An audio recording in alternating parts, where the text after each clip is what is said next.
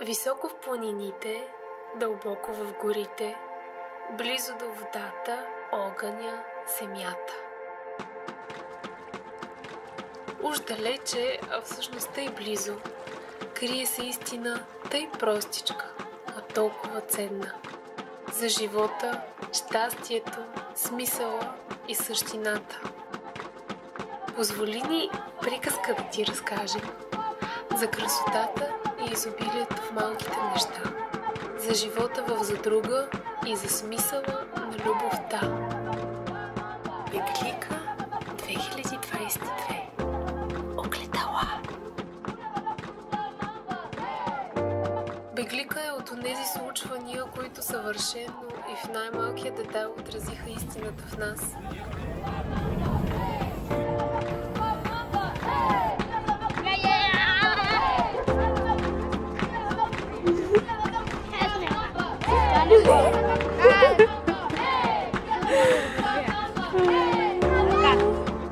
Дори да си объркан, дори да си на кръстопът, дори да търсиш кой си и къде принадлежиш,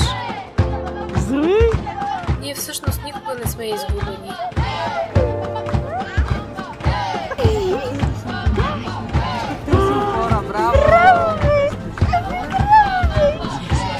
Ако сърцето ти тъпти, то говори.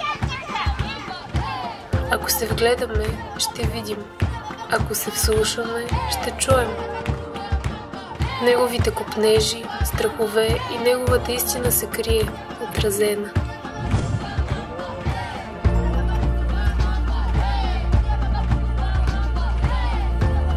В другите, във водата, в планината и небето, в очите на детето.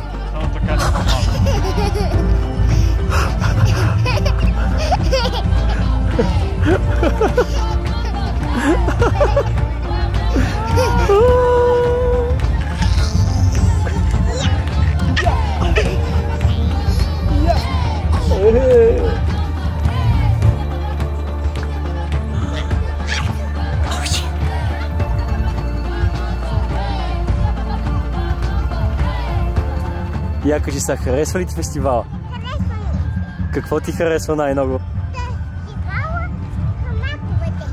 Кое? Хамаковете. Хамаковете? Да. Как се казваш? Кака, само кака. Кака? Много си хубавка.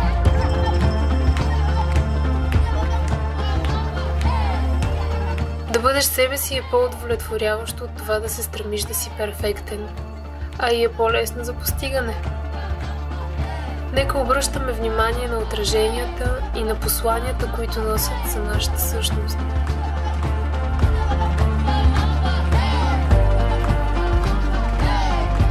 Да знаем кое е нещото, което ни прави различни и ценни за цялото.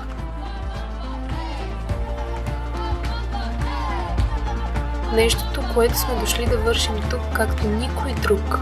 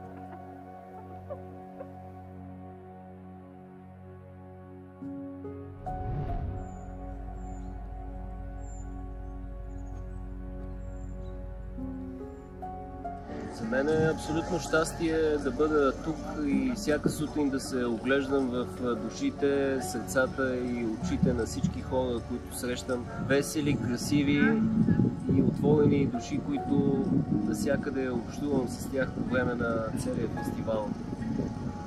И тук в природата, където наистина се чувстваме свързани с всичко около нас, с въздуха, с водата, с огъня, сърце с сърце, може да усетиме как ние сме отражение един на друг.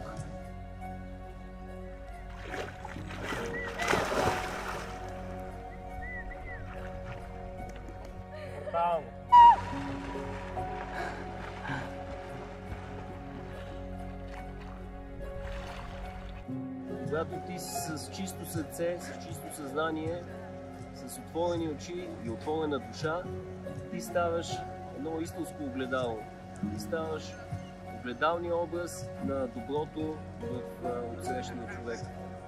Това е толкова красиво и аз просто се наслаждавам вече една седмица на този процес, в който ние, видейки отражение един на друг, всъщност надграждаме, мотивираме едно чувство за заедност, едно чувство за свързаност. И това ме кара да се чувствам още по-щастлив и изпълнен, но вътрешно задоволство от това, че тук не просто се забавляваме, не просто се чувстваме свободни, но и някак това е като един вид духовна практика, която е интегрирана в живота ни. Една истинска манифестация на жизнената сила, която ние пускаме да минава през нас и тя се усилва в този процес на взаимодействие между нас и със света, който ни заобикаля.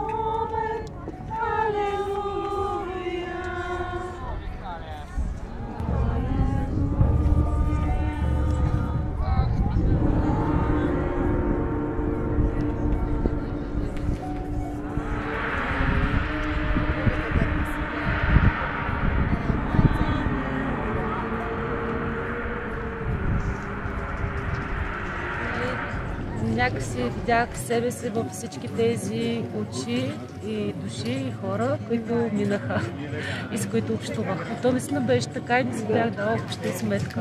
От това, с което тръгваш към хората, веднага ти се връща едно абсолютно огледало. Наистина обмена беше изключителен, много силен, много богат.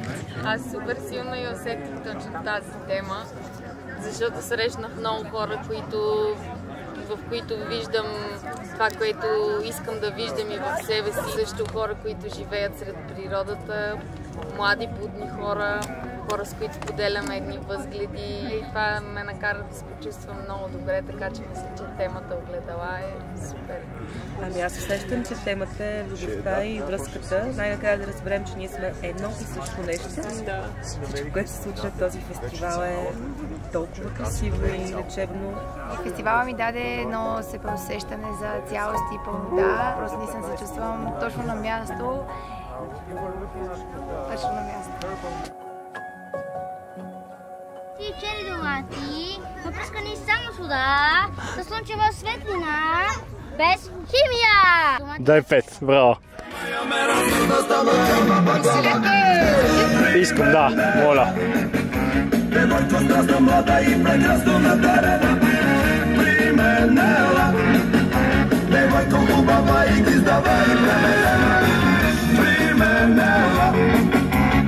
Комна и за Напред душата ми зашедаде. Окей.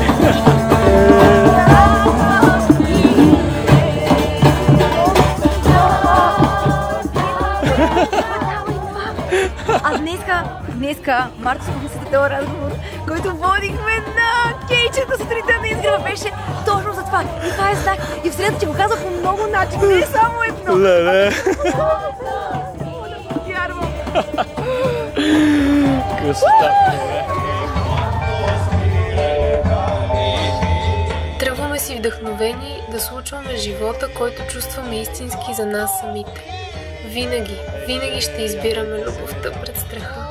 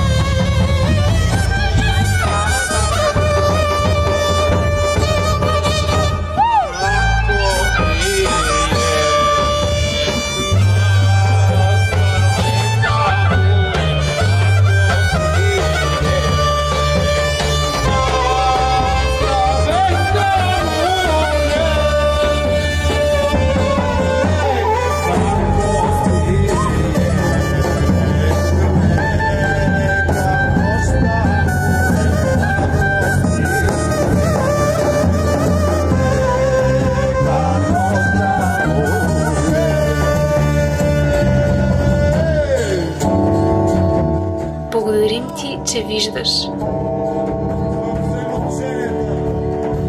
Благодарим ти, че си тук. Благодарим ти, че си ти.